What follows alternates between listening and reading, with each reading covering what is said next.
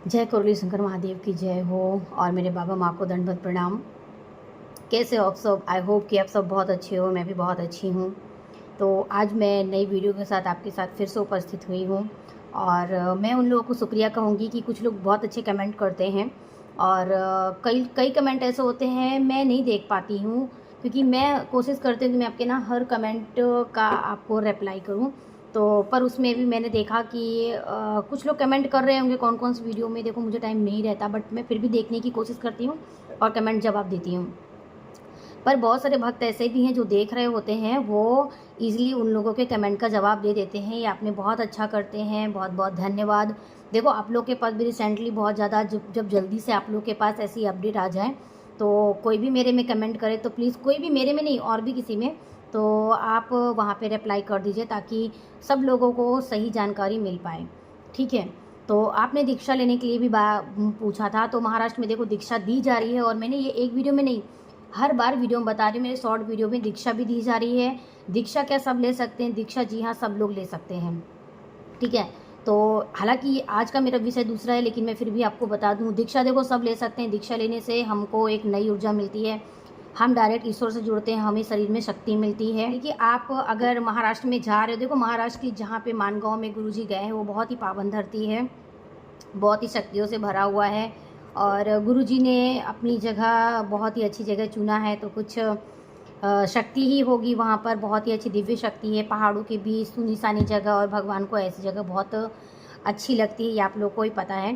तो मित्रों आप वहाँ जाइए। अभी तो देखो 7 या 8 तारीख तक ऐसा नहीं था कि वहाँ पे स्टॉल लगे हों, क्योंकि ऐसी कोई जानकारी नहीं थी। लेकिन अभी ऐसा है कि जैसे जैसे 12 तारीख नज़दीक आ रही है, तो वहाँ पे गर्मी तो बहुत है, उस हिसाब से अभी मतलब सब सेटअप किया गया कि वहाँ पे भी कुछ सामग्रियाँ मिल रही, जैसे लेपन है, बंधन है, अर्जी है, और वनडे हवन की प्रक्रिया का भी जो भी है सब वो हो रहा है वहाँ पर। तो जो 5100 का किट मिलेगा दीक्षा के पहले, यानी कि 12 तारीख को दीक्षा मिलेगी, उसके एक दिन पहले दीक्षा के लिए आपको शुद्धिकरण के लिए हवन करना होगा। वो आप वहाँ जाना, पर्ची लिए रहना, फिर दीक्षा के टाइम पे वही सब आपको देना होगा।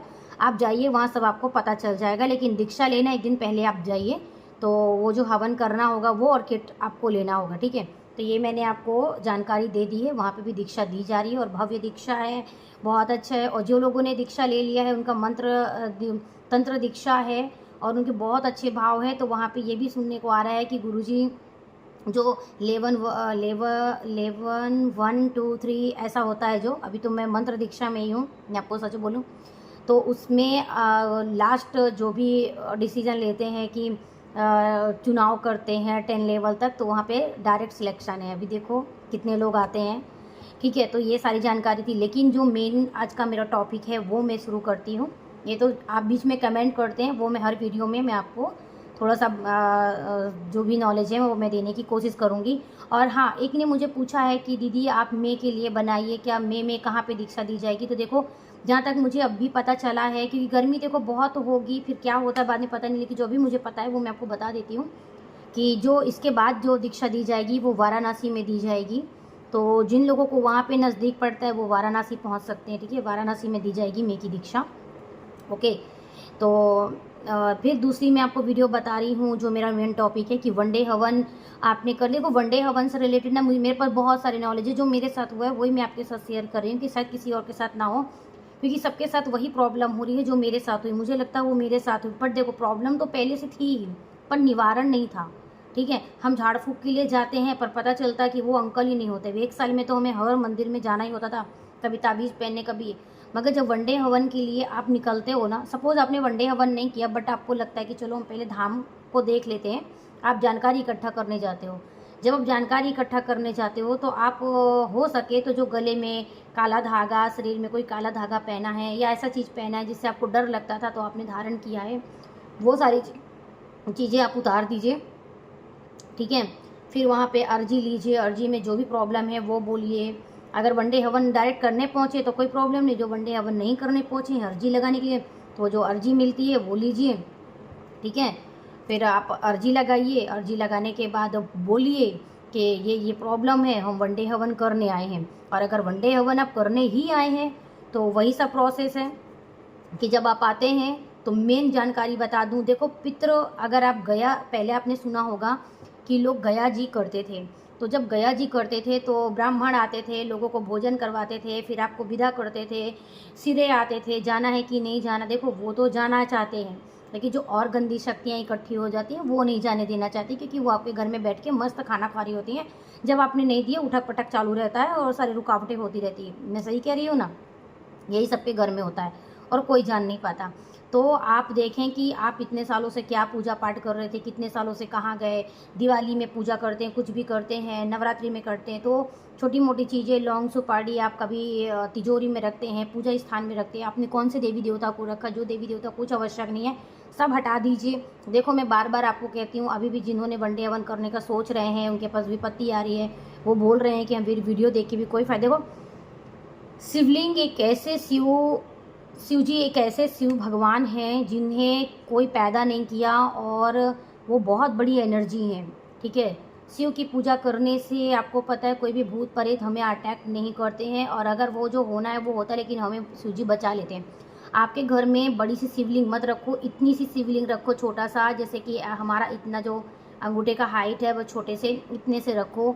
और गणपति छोटे से हैं वो रखो। लक्ष्मी गणेश जी आप रख सकते हो, ठीक है। अगर आपने फ़ोटो रखी है माँ पार्वती की, अम्बे माँ की, वो ठीक है, छोटी सी, ठीक है ना। इतने भगवान, इसके अलावा आप कोई भगवान मत रखो। इसके बाद आप अभी वनडे हवन करने जा रहे हो, शिव जी माता पार्वती से बहुत जो भी संकल्प है वो बोलो। संकल्प का मतलब है प्रार्थना।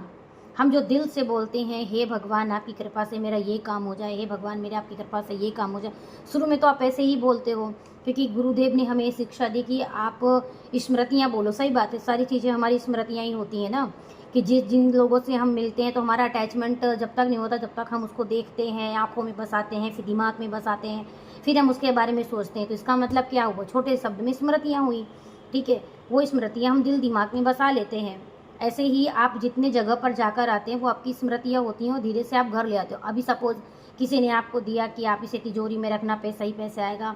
देखो मेरे साथ भी हो चुका, जब हम कहीं ना कहीं जाते हैं तो हमारा भी मन भटकता रहता है, अरे चलो ना यहाँ जा। कई बार मेरे तो तबीयत बिगड़ती ही रहती थी। साल भर में ऐसा होता था कि अरे यार नज़र लग गई है, अरे यार आज ये हो गया। एक साल में ऐसा होता था कि मुझे तो ताबीज़ लेना ही पड़ता था, पहनना पड़ता। मगर अब भी मैं सच बोलूँ, मेरे साथ ऐसा है ना, आप देख सकते हो मेरे गले में किसी प्रकार की ताबीज़ नहीं। मैं सिर्फ बाबा माँ की, बाबा जी की मैंने लॉकेट पहनी। मुझे कभी भी, अब मैं तो हमेशा छोटे बाल रखती हूँ, बाल खुले कर।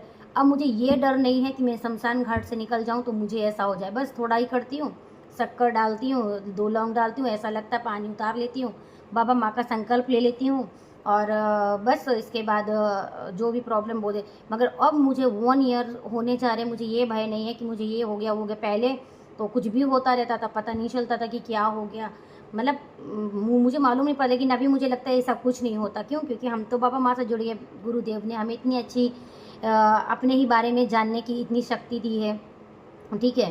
तो ये सब है, और गुरु दीक्षा लेने से ना आपको यही फ़ायदा होता है कि आप मंत्रों को रोज़ जाप करते हो, आपको एनर्जी मिलती है।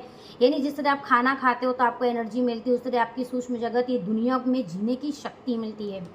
आपको नहीं पता कि क्या क्या सूक्ष्म जगत में चल रहे होते हैं, कैसे कैसी आत्माएं होती हैं, आप क्या रास्ते बिरस्ते बोल देते हो, कब क्या बोल देते हो।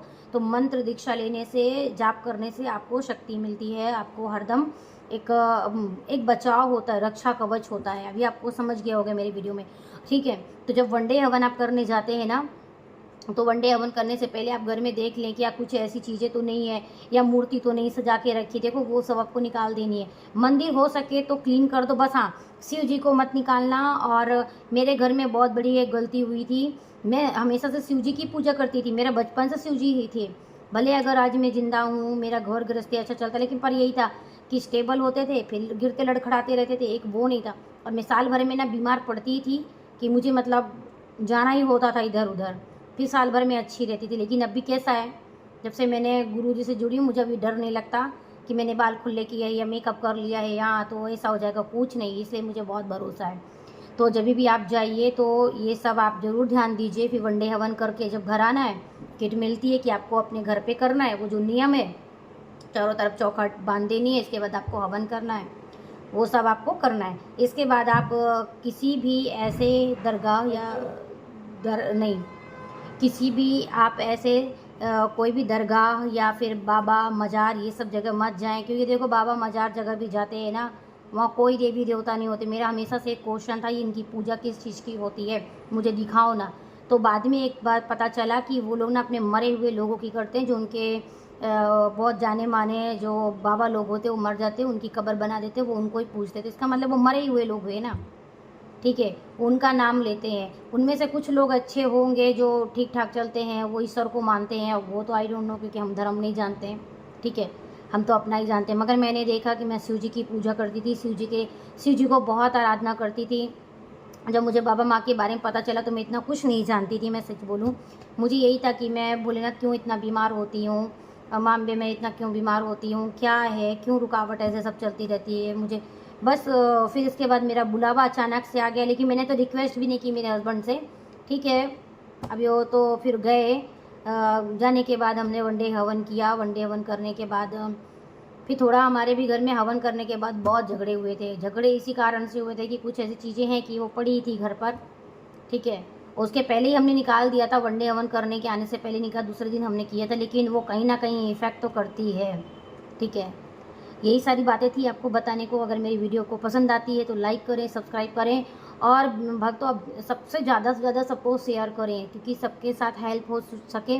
और अगर आप लोग के साथ भी ऐसा हो रहा है तो आप लोग भी इस चीज़ को देखें कि क्या ये सच में ही है ना ये सब जो मैं बोल रही हूँ, और कमेंट करें। मैं आप लोग के कमेंट का जवाब देना चाहूँगी। और अगर कभी मेरा लेट कमेंट आ जाए, जो मेरी वो लोग भी वीडियो देख रहे हैं जिनके साथ सब अच्छा होता है, देखो कमेंट का अगर लेट जवाब आए तो उसके लिए माफ़ी चाहती हूँ। और जो लोग जानते हैं वो प्लीज़ और भी भक्तों के लिए कमेंट का जवाब दे दिया करिए, ठीक है। इससे सबका भला हो सके, कोई कमेंट के द्वारा भला करे। आप वीडियो सबके साथ शेयर करें। नेक्स्ट वीडियो में मैं आपके साथ फिर से मिलती हूँ, जब तक के लिए धन्यवाद और बाय बाय।